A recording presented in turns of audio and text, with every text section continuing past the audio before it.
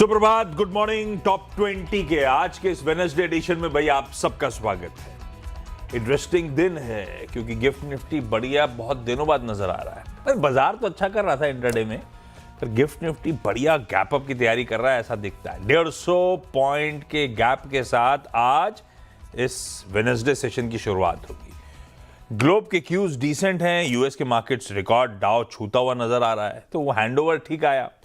हमारे अपने समीकरणों में बिहार के एग्जिट पोल्स पे रिएक्ट कर रहे होंगे, तो क्लियर कट है, कोई कंफ्यूजन एटलीस्ट एग्जिट पोल्स तो नहीं दे रहे।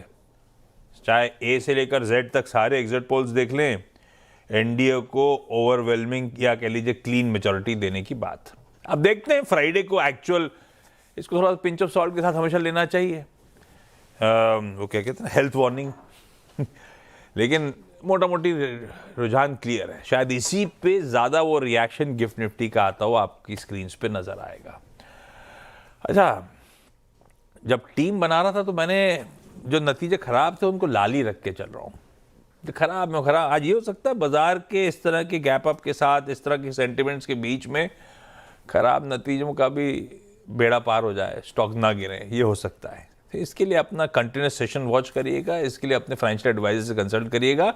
खबर के हिसाब से लाल और हरे मैंने तो अपनी टीम में रखे हैं सारे स्टॉक्स। आशीष, गुड मॉर्निंग।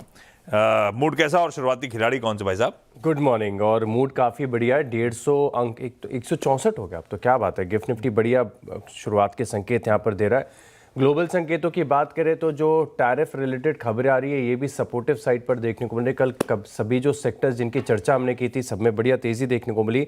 रिजल्ट के लिहाज से भी दिन काफ़ी एक्टिव नज़र आ रहा है। तो शुरुआत कर लेते हैं।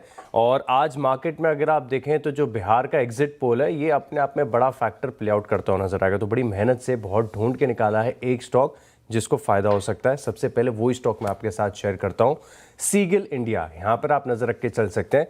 कल इसके नंबर्स आए थे बाजार के दौरान, और प्रीवियस क्वार्टर का जो इन्वेस्टर प्रेजेंटेशन है इसमें कंपनी साफ कहती है कि 32% जो रेवेन्यू है कंपनी की वो बिहार से आती है। दरअसल मैं देख भी रहा था कि कौन सी ऐसी ईपीसी कंपनीज हैं, इंफ्रास्ट्रक्चर रिलेटेड कंपनीज हैं जिनकी प्रेजेंस बिहार में काफ़ी ज़्यादा है। वैसे तो काफ़ी सारी ऐसी कंपनीज मिल गई जिन्होंने रोड प्रोजेक्ट्स ऑलरेडी किए हुए थे बिहार में, लेकिन 32% रेवेन्यू बिहार से आना अपने आप में सिग्निफिकेंट है। और अगर स्टेबल सरकार का टेन्योर और आगे बढ़ता है, जो कि एग्जिट पोल बता ही रहा है कि एनडीए आगे चलेगा, तो इसका बड़ा बेनिफिट यहाँ पर देखने को मिल सकता है। तो सीगिल इंडिया इस स्टॉक के ऊपर मैं बेट कर रहा हूँ, इन ग्रीन रख रहा हूँ। देखना होगा कि दिन के दौरान कैसा एक्शन आता है, वॉच लिस्ट में शामिल कीजिए।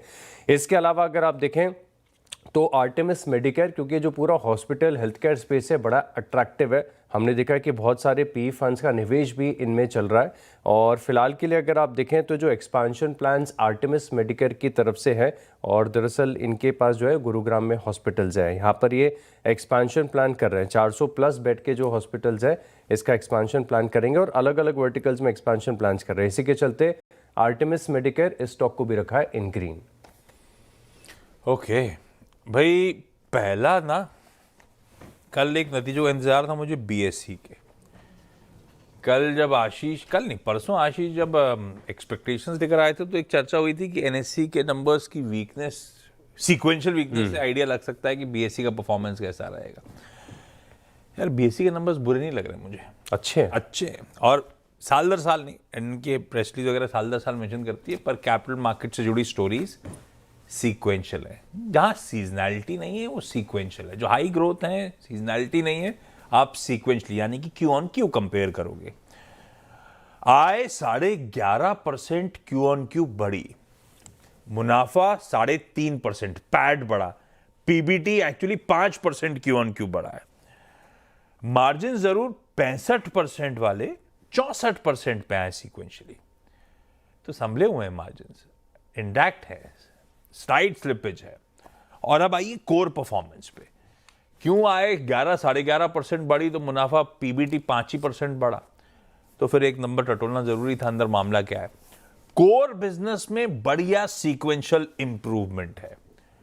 अब कोर बिजनेस मतलब transaction charges Q on Q improve हुए, एवरेज डेली लॉट्स हो, एवरेज डेली नोशनल टर्नओवर हो, सब बढ़िया स्पाइक हो रहा है। तो मामला कहां गड़बड़ा है? मेरे ख्याल से आंकड़े देख के इन्वेस्टमेंट इनकम और other income Q on Q Giri. Core business का परफॉर्मेंस बढ़िया ही रहा है। बीएससी के नंबर्स डिटेल में टटोलने के बाद इसको इन ग्रीन ही रखता हूं आज के ट्रेडिंग सेशन के लिए। एनएससी के जब नंबर्स आए थे क्यू ऑन क्यू कहीं कहीं मार्केट शेयर लूज हुए थे, बट ऑब्वियसली बीएससी ने वो गेन करे थे, ये आइडिया लग रहा था। खैर बीएससी इन ग्रीन। दूसरा अच्छा नंबर टोरेंट पावर का दिख रहा था। आय 10% का इंप्रूवमेंट है, इबीटा उसके सामने 25% इंप्रूव हुआ। तो सीधा सीधा ऑपरेशनली बढ़िया क्वार्टर था, मार्जिन्स एक्सपैंड हुए। कितने? 16.8 वाले 19.1, यानी कि 230 बेसिस पॉइंट्स मार्जिन्स में एक्सपेंशन हुआ है, इंप्रूवमेंट आया है। और मुनाफा इसीलिए 50% बढ़ता हुआ टोरेंट पावर का। तो अच्छे नंबर्स के चलते टोरेंट पावर, और मेरे ख्याल से कहना चाहिए डिसेंट Q2 परफॉर्मेंस के चलते बीएससी, ये दोनों इन ग्रीन। अगले दो स्टॉक हैं, एक तो फर्स्टसोर्स सॉल्यूशन और आईटी स्टॉक्स में रिबाउंड भी हम काफ़ी बढ़िया देख रहे हैं। और दरअसल अगर आप देखें तो उन्होंने एक अप्लाइड एआई में कुछ निवेश किए गए हैं, फ्यूचर एंटरप्राइज ऑटोमेशन सॉल्यूशंस में। तो इसी के चलते फर्स्टसोर्स सॉल्यूशन यहाँ पर आप नज़र रख के चल सकते हैं, ठीक ठाक चल रहा है स्टॉक भी, तो इसकी खबर का असर देखने को मिलेगा। इसके अलावा एक और आईटी स्टॉक है जो चार्ट्स पर बहुत ज़्यादा अट्रैक्टिव है, और वो है LTI माइंट्री। यहाँ पर आप नज़र रखेंगे LTIM, चार्ट बहुत बढ़िया है, गुड टेक्निकल स्ट्रक्चर है। साथ में अगर आप देखें तो जो आईटी स्टॉक्स में रिबाउंड है ये भी अपने आप में कॉन्फिडेंस देता है, क्योंकि पिछले 2 सत्रों से अगर आप देखें तो आईटी स्टॉक्स में काफ़ी बढ़िया मूव्स देखने को मिल रहे हैं। चाहे आप दिग्गज इन्फोसिस की बात करें या फिर मिड कैप आईटी की बात करें, बढ़िया स्ट्रेंथ यहाँ पर देखने को मिली। और आज मार्केट का मूड माहौल भी अच्छा है, 165 अंक ऊपर अभी फिलहाल गिफ्ट निफ्टी नजर आएगा। तो LTI माइंट्री इस स्टॉक को भी आप रखेंगे इन ग्रीन। ओके, अब जरा सा थोड़ा सा डिसअपॉइंटिंग परफॉर्मेंसेस उसमें। अब पहला मेरे लिए है पीआई इंडस्ट्रीज, इसको लाल लेके जा रहा हूं। अच्छा, मैं जो लाल लेके जा रहा हूं ये ध्यान रखिएगा, गैप के साथ खुलने के बाद बाजार का बिहेवियर। निफ्टी का भी अपने आप में गैप जो है 160 पॉइंट के आसपास का एक इंटरेस्टिंग ट्रेजेक्टरी पर लेके जा रहा है निफ्टी को। उसके बाद निफ्टी सस्टेन करेगा नहीं करेगा वो आपको वॉच करना पड़ेगा। तो ऐसे ही ये स्टॉक्स हो सकता है डिसेंट खुल रहे हैं, उसके बाद इवेंचुअली नंबर्स पे सारे स्टॉक्स रिएक्ट जरूर करेंगे। पीआई इंडस्ट्रीज कमजोर इसलिए कह रहा हूं, आय 15-16% गिरी, पर ठीक है, सीएनबीसी आवाज अनुमान भी कह रहा था 18% आय गिरेगी। तो ये गिरने की बात शायद भाव में है, जो भाव में नहीं है वो खराब एक्सपेक्टेशन से खराब ऑपरेशनल परफॉर्मेंस। अब इबीटा 14% गिरा, मार्जिन्स में दबाव है 28। यार मुझे लगता है मैंने इसको उल्टा लिख दिया है, मेरे ख्याल से पीआई को ग्रीन ही रखिए डायरेक्टर साहब, इसे बदलिएगा। पीआई क्या आय 15% गिरी थी, मेरे ख्याल से इबीटा कैलकुलेट करिएगा तो 13-14% गिरा है। स्ट्रीट एस्टिमेट कह रहे हैं 26-27% पीआई का इबीटा गिरना था।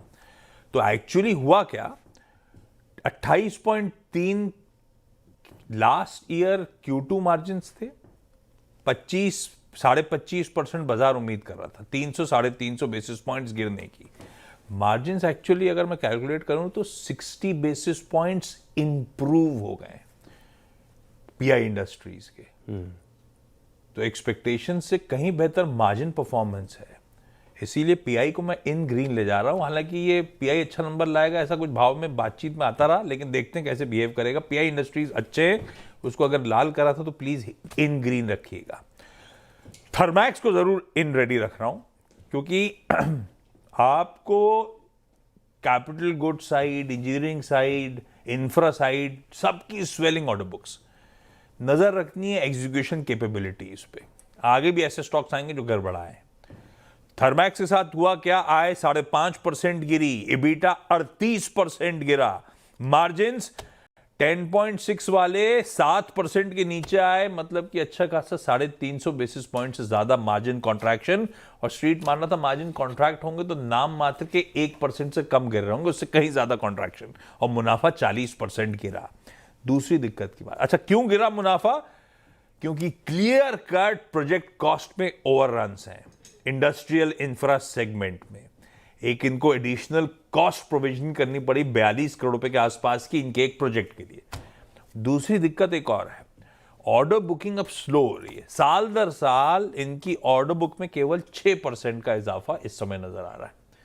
तो थर्मैक्स के इंटरनल्स वीक हैं, on the face of it numbers भी डिसअपॉइंटिंग है वीजा वी स्ट्रीट एक्सपेक्टेशन, इसीलिए लाल लेके जा रहा हूं। Pi in green, Thermax in red. अगले दो कौन से? इंटरेस्टिंग।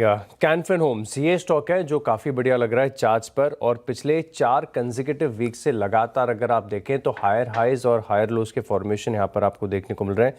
एनबीएफसीज, बैंक्स हैं, होम फाइनेंस कंपनीज हैं, इन पर ऑलरेडी काफ़ी फोकस है मार्केट का, बढ़िया टेक्निकल स्ट्रक्चर है, तो कैन फिन होम्स इस स्टॉक को इन ग्रीन रखेगा। इसके अलावा अगर आप देखें तो एंजल वन, इसमें भी स्ट्रेंथ देखने को मिल रही है। हालांकि आज के लिए बड़ा नो ब्रेनर सा स्टॉक है, सबकी वॉच लिस्ट में तो दरअसल रहेगा ही कि अगर ग्रो की लिस्टिंग काफ़ी बढ़िया शानदार हो जाती है, उम्मीद से बेहतर होती है, तो इन स्टॉक्स के ऊपर भी फोकस आएगा। क्योंकि अगर आप देखें तो जैसे ग्रो एक पूरी तरीके से डिजिटल प्लेटफॉर्म है, एंजल वन की तरफ से भी जो डिजिटल कैपेबिलिटीज़ है इसमें काफ़ी इंप्रूवमेंट और काफ़ी ग्रोथ यहाँ पर आपको देखने को मिली है। तो एंजल वन इस स्टॉक को भी रखा है इन ग्रीन। ओके, आईओएल केमिकल्स अच्छे नंबर्स, इन ग्रीन करा क्योंकि आय 8% साल दर साल बढ़ी, इबीटा 37% इंप्रूव हुआ, तो 40-41 करोड़ वाला 57 करोड़ रुपीस पे बीटा पहुंचता हुआ। मार्जिन्स इसी के चलते हुआ क्या, 7.9 वाले 10% पे, यानी कि 210 बेसिस पॉइंट्स का मार्जिन एक्सपेंशन है, और मुनाफा 56% बढ़ा है। आय सिंगल डिजिट, लेकिन उसके नीचे ऑपरेशनली थम्स अप परफॉर्मेंस के लिए, इसीलिए आईओएल केमिकल्स एंड फार्मास्यूटिकल्स को इन ग्रीन कर दिया इनके Q2 परफॉर्मेंस के बाद। ऐसी कल एक वाइन और नमकीन की चर्चा कर ली थी, यहां पे दूसरी नमकीन की चर्चा कर लेता हूं जिसके अच्छे नंबर्स हैं। इन ग्रीन जा रहा है बीकाजी फूड्स। कल मेरे ख्याल से गोपाल स्नैक्स था वो, डिसअपॉइंटिंग अर्निंग्स। बीकाजी फूड्स की आय 16% साल दर साल बढ़ी। इनका पैकेज स्वीट सेगमेंट जो है 32% साल दर साल बढ़ा। एक्सपोर्ट्स में 77% का जंप है। एक्सपोर्ट इनके लिए छोटा है, बेस छोटा है, लेकिन ये दो पॉकेट्स थी जिन्होंने आय को ड्राइव करा, इसलिए अलग से मेंशन करा, पैकेज स्वीट्स की और एक्सपोर्ट्स की। एक बात और ध्यान रखिएगा, ये परफॉर्मेंस आय में इस तरह के उछाल का तब आ रहा है जब जीएसटी ट्रांजिशन के चलते डिस्ट्रीब्यूटर्स डी स्टॉक कर रहे थे। कोई माल क्यों लेगा? माल तब लेगा जब वो जीएसटी 2.0 इंप्लीमेंट हो रहा होगा, नए जीएसटी भाव पे माल आ रहा होगा, तब तो मैं बेचूंगा। तो डी स्टॉकिंग के बीच में, उसके शॉर्ट टर्म इंपैक्ट के बीच में 16% आय बढ़ी है, तो अपने आप में डिसेंट। और उसके आगे की कहानी ज्यादा अच्छी, इबीटा में 26% का उछाल, यानी कि मार्जिन्स एक्सपैंड करे। इनके केस में 12.7 वाले 13.8 पे आ गए, 110 बेसिस पॉइंट्स मार्जिन्स में एक्सपेंशन, और मुनाफा 15-16% इंप्रूव होता हुआ। तो बीकाजी फूड्स इन ग्रीन और उधर आईओएल केमिकल्स, दोनों, आईओएल तो खास तौर पे ऑपरेशनल अच्छे परफॉर्मेंस के चलते, और Bikaji foods top down decent performance के चलते इन ग्रीन रखा है आज के लिए। 6 पूरे कर लिए हम लोगों ने।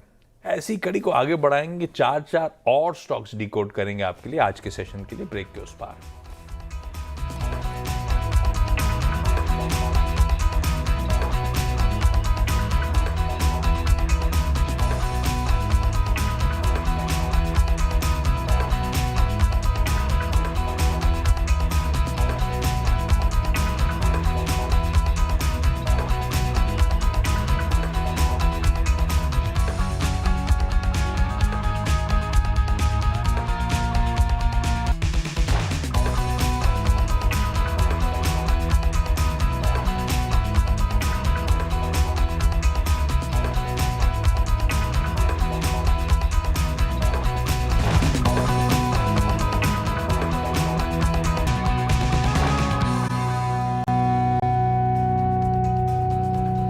चलिए, ब्रेक के बाद आपका स्वागत है और अगले 4 स्टॉक्स की भी बात कर लेते हैं। और एंजल वन के बाद टाटा कैपिटल, ये स्टॉक मुझे थोड़ा सा अट्रैक्टिव लग रहा है। अब कारण ये कि कल हमने देखा था कि बजाज फाइनेंस बड़ी प्रीमियम वैल्यूएशन के बाद जिस प्रकार की ग्रोथ है, ये थोड़ी सी डिसअपॉइंटिंग नजर आ रही है। Almost 5 times FY27 price to book पर वो स्टॉक चल रहा है। इसके मुकाबले अगर आप देखें तो टाटा कैपिटल भी काफ़ी वेल डाइवर्सिफाइड है, स्लाइटली थोड़ा सा सस्ता, हालांकि स्केल बजाज फाइनेंस जितना बड़ा नहीं है। लेकिन इस स्टॉक को चुनने का एक और ख़ास कारण ये भी है कि 14 नवंबर को इंस्टीट्यूशनल इन्वेस्टर्स के साथ इनकी मीटिंग है, तो देखना होगा कि 14 नवंबर की इस मीटिंग के बाद कितने इंस्टीट्यूशनल इन्वेस्टर्स का फोकस इस स्टॉक के ऊपर आता है, क्या ब्रोकरेज हाउस की तरफ से, एफआईएस की तरफ से स्टॉक के ऊपर रिपोर्ट्स निकलती है कि नहीं, ये की मॉनिटरेबल रहेगा। फिलहाल के लिए टाटा कैपिटल इस स्टॉक को इन ग्रीन लेके चल रहा हूँ। इसके अलावा अगर आप देखें तो टेक्निकल पैरामीटर्स के हिसाब से जीई शिपिंग ये स्टॉक बड़ा अट्रैक्टिव लग रहा है, और ज़्यादातर स्टॉक जो 52 weeks high, 1 month high, 1 year high, in time frames पर चल रहे होते हैं, वो बड़े अट्रैक्टिव होते हैं। जीई शिपिंग में भी अगर आप देखें तो कल नया 52 वीक का हाई बना था, ब्रेकआउट हुआ था, हालांकि ऑफ हाइस का एक्शन यहाँ पर देखने को मिला था। इंट्राडे में देखें तो बड़ी तेज़ी के बाद थोड़ी सी गिरावट यहाँ पर देखने को मिली, लेकिन इसका जो पोजिशनल सेटअप है ये अपने आप में कॉन्फिडेंस देता है। इसी के चलते जी शिपिंग इस स्टॉक को भी रख लिया है इन ग्रीन। ओके, अगले दो में जैसे थर्मैक्स की चर्चा करी थी वैसी आरवीएनएल को रखिए। रेल विकास निगम लिमिटेड पिछले एक क्वार्टर में कितनी बार टीम्स में मेंशन, ये ऑर्डर वो ऑर्डर बैक करा, तो ऑर्डर बुक सबकी बढ़िया चल रही है। एग्जीक्यूशन थर्मैक्स के साथ प्रॉब्लम था, मेरे ख्याल से एग्जीक्यूशन आरवीएनएल के साथ प्रॉब्लम है। वैसे सरकारियों के साथ ये दिक्कत आती है, अगर कोई सरकारी एग्जीक्यूट करके दिखा दे, जैसे कि इस बार बीएचईएल ने दिखाया था, तो पलट के नहीं देखता स्टॉक मार्केट। बीएचईएल को अगर रिवॉर्ड करा है, महीने भर का चार्ट बीएचईएल का रखिएगा स्क्रीन्स पे। सेम स्टोरी है, पर आरवीएनएल डिलीवर नहीं कर पाया, तो उसकी उल्टी कहानी है। आरवीएनएल ने 5.5, ये देखिए बीएचईएल नंबर्स के बाद की कहानी। आरवीएनएल में आए 5.5% का जंप, इबीटा 20% से ज्यादा उसके सामने गिरा। मार्जिन्स कॉन्ट्रैक्ट कर गए, 5.6% वाले 4.2% पे, 140 बेसिस पॉइंट्स का दबाव, और मुनाफा भी 20% गिर गया। डिलीवर नहीं कर पाए ये अपने Q2 अर्निंग्स में, ऐसा कह सकते हैं। बाजार थोड़ा पिंच ऑफ सॉल्ट के साथ लेगा, इस बार नहीं करा, हो सकता अगली बार कर ले, जो भी हो। नंबर्स खराब है, मैं लाल लेके जाऊंगा। गोदरेज इंडस्ट्रीज काफी डिसअपॉइंटिंग थे, पर क्या है, ये सम ऑफ पार्ट्स वाला है, तो ऐसा होता रहता है, इसकी अर्निंग्स वोलेटाइल रहती हैं। आय 4.5% का ही जंप है, उसके सामने इबीटा 76% गिरा। मार्जिन्स 11.9 या कह लीजिए 12% वाले 3.5% पे 2.7% पे आए, और मुनाफा गिरता हुआ। गोदरेज इंडस्ट्रीज और आरवीएनएल कमजोर तिमाही नतीजों के बीच, ये गोदरेज जो लिखा है दरअसल गोदरेज इंडस्ट्रीज है। गोदरेज की 3 कंपनी अलग अलग नाम से लिस्टेड है। हमारे यहाँ जब गोदरेज सिर्फ दिखता है तो गोदरेज इंडस्ट्रीज होता है। डायरेक्टर इस बार ठीक करा दीजिए, पूरा लिखवा लीजिए। ये 2 लाल हो गए भाई साहब। आखिरी के 2 स्टॉक है मेरी तरफ से। एक वीवर्क है, थोड़ा सा रिस्की हो सकता है, लेकिन चाहे आप स्मार्ट वर्क्स को देखें या फिर आप इंडी क्यूब को देखें, दोनों की तरफ से नंबर्स काफ़ी बढ़िया देखने को मिले। इन दोनों का घाटा जो है वो घटा है, तो वीवर्क की मॉनिटरेबल है कि यहाँ पर आज कैसा एक्शन आपको। ऑफिस के भी नंबर बुरे नहीं है। हाँ, ऑफिस के कल शाम को आए थे, उसके मार्जिन्स एक्सपैंड करें बढ़िया। हाँ, तो नंबर्स अच्छे हैं एक्चुअली। नंबर्स इस स्पेस में सबके अच्छे आ रहे हैं, तो उम्मीद ये भी की जाएगी कि वीवर्क की तरफ से भी बढ़िया प्रदर्शन देखने को मिले। तो देखेंगे कि आज एक्शन कैसा होता है। स्टॉक को इन ग्रीन लेके चल रहा हूँ।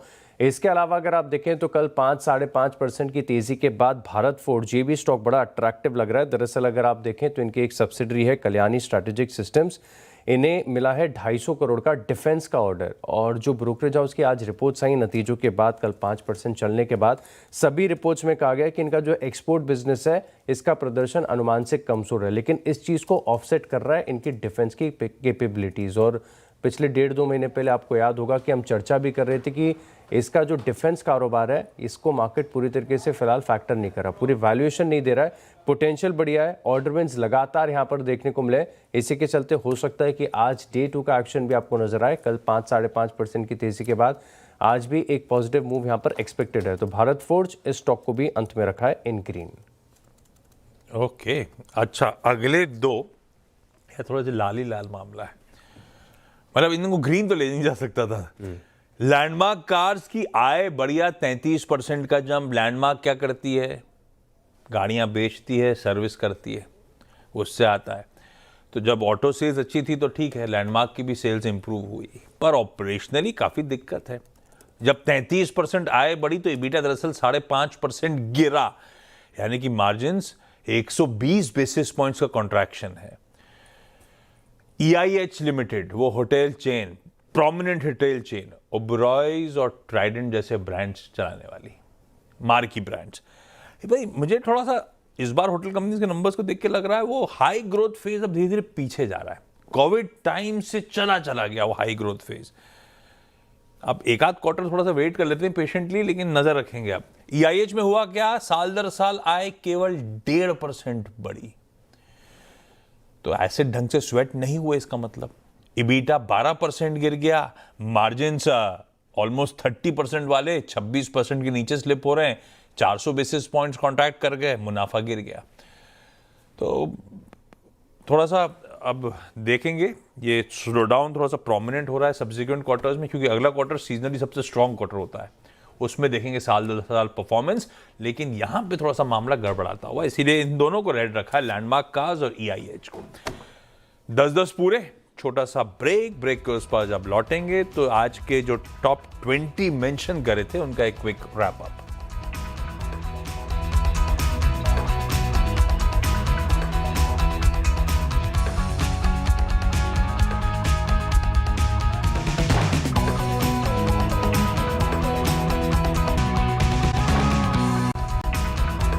चलिए ब्रेक के बाद आपका स्वागत है और अब 20 स्टॉक्स का रिकैप देख लेते हैं। सीगल इंडिया, यहाँ पर आप रखिएगा खास फोकस। एनडीए जो बिहार में आगे चल रहा है, इसका एक फायदा देखने को मिलेगा। तकरीबन 32% रेवेन्यू इनकी बिहार से आती है। इसके अलावा आर्टिमिस मेडिकेयर यहाँ पर नजर रखेंगे। खबरों का असर है फर्स्ट सोर्स सोल्यूशन में। LTI माइंट्री का चार्ट काफी बढ़िया देखने को मिल रहा है। टाटा कैपिटल, यहाँ पर भी आप फोकस रख के चल सकते हैं। जी शिपिंग, वी वर्क, स्पेस के नतीजे सब बढ़िया है। और भारत फोर्ज, यहाँ पर Day 2 का एक्शन नजर आएगा। ओके, इसमें 10 और जोड़ दीजिए। इधर हरियाली थी तो उधर धूप छांव दोनों है। BSE, Torrent power, PI industries, IOL chemicals, Bikaji foods in green. तो कोई Thermax, RVNL, Godrej industries, landmark cars और इवन EIH, ये आज के लिए इन रेड। पर ध्यान रखिएगा, बाजार का मूड गिफ्ट निफ्टी बयां कर रहा है, अच्छा होगा, तो आप सिर्फ वॉच पे रखिए इन काउंटर्स को।